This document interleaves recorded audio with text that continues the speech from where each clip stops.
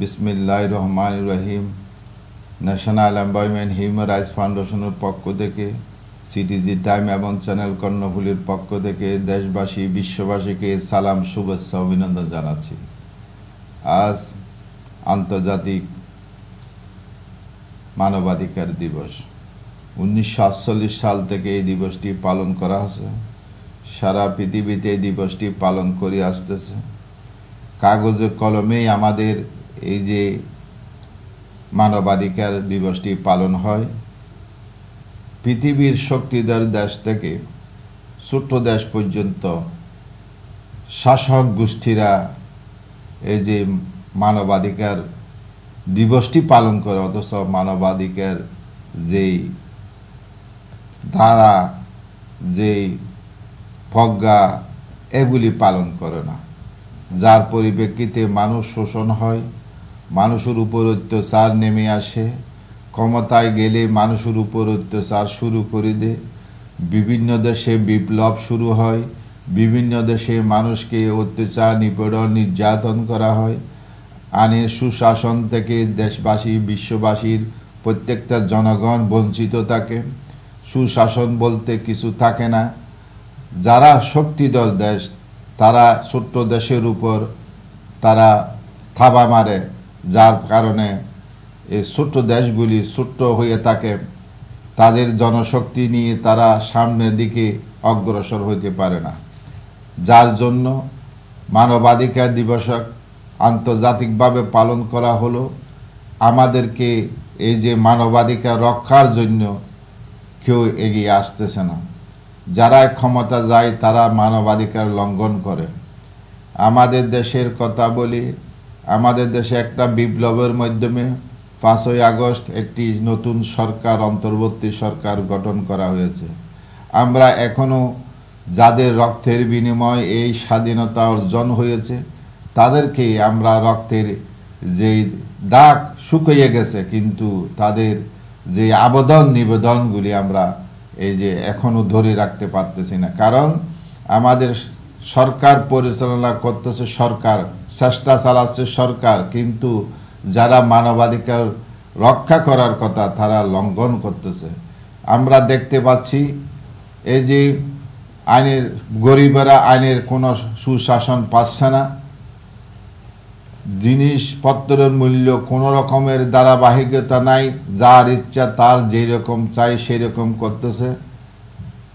এই যে সরকারকে দুর্বল ভাবার কারণে মানুষেরা যেখানে যারা দুর্নীতি করত, সারা দুর্নীতি তাকিয়ে গেছে। যারা আইনের সুশাসন প্রতিষ্ঠা করবে তারা আইনকে লঙ্ঘন করতেছে। বছরের পর বছর মানুষ কষ্ট পাচ্ছে, কিন্তু আইনের যে সুশাসন পাওয়ার কথা সেটা পাচ্ছে না।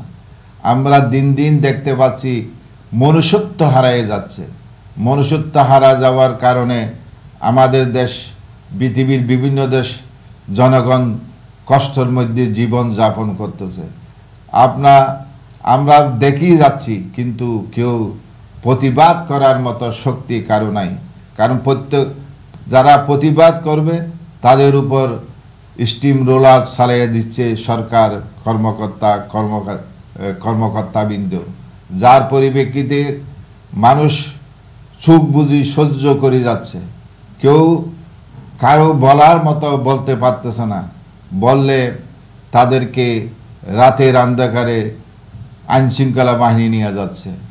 তাহলে আইনশৃঙ্খলা বাহিনী যদি মানবাধিকার লঙ্ঘন করে, আর সেই দেশের জনগণ শান্তিতে থাকবে কিভাবে?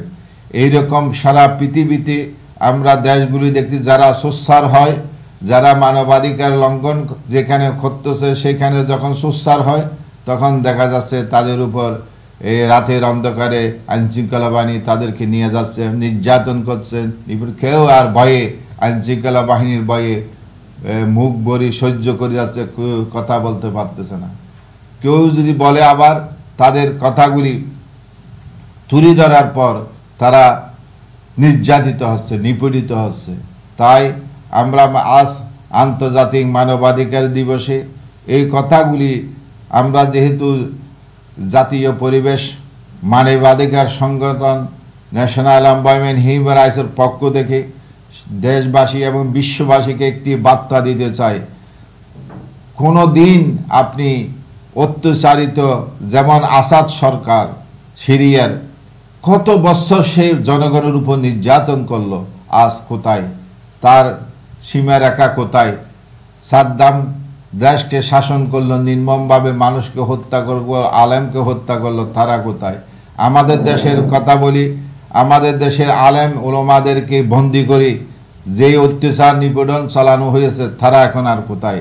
তাহলে শেষ একটা পরিণতি আছে, সেই দেখার জন্য হয়তো আমরা আল্লাহ রব্বুল আলমিন আমাদেরকে যে খেলার মাধ্যমে, যেই পারিবারিক বন্ধনের মাধ্যমে, যেই একটি ভারসাম্য রক্ষার জন্য এক একজনকে এক এক রকম করে সৃষ্টি করেছে, অথচ সেই সৃষ্টি আল্লাহর নাফরমানি করে, সে যে সৃষ্টি করা হয়েছে যে উদ্দেশ্য নিয়ে আল্লাহর দাসত্ব গোলামি করার জন্য, তা বাদ দিয়ে যখন নিজস্ব মন গড়া নিয়ে দেশ এবং জনগণকে পরিচালনা করে, জনগণও শান্তি পায় না, সরকারও শান্তি পায় না, যার জন্য আমরা পদে পদে ওই দিকে চলে যেতে হবে। আমাদের প্রিয় নবীজি যেভাবে মানবাধিকারের কথা বলে গেছেন, সেই দিকে যদি আমরা ফিরিয়ে যেতে পারি, তাহলে পৃথিবীতে আমরা মানবাধিকার রক্ষা করতে পারবো। আমাদের মনের মধ্যে একটু আকুতি থাকবে, হায় রে, আমি এই লোক যেমন মানুষ, আমি তো সেই মানুষ, মানুষ মানুষের জন্য, তাহলে কেন আমরা মানবাধিকার লঙ্ঘন করি?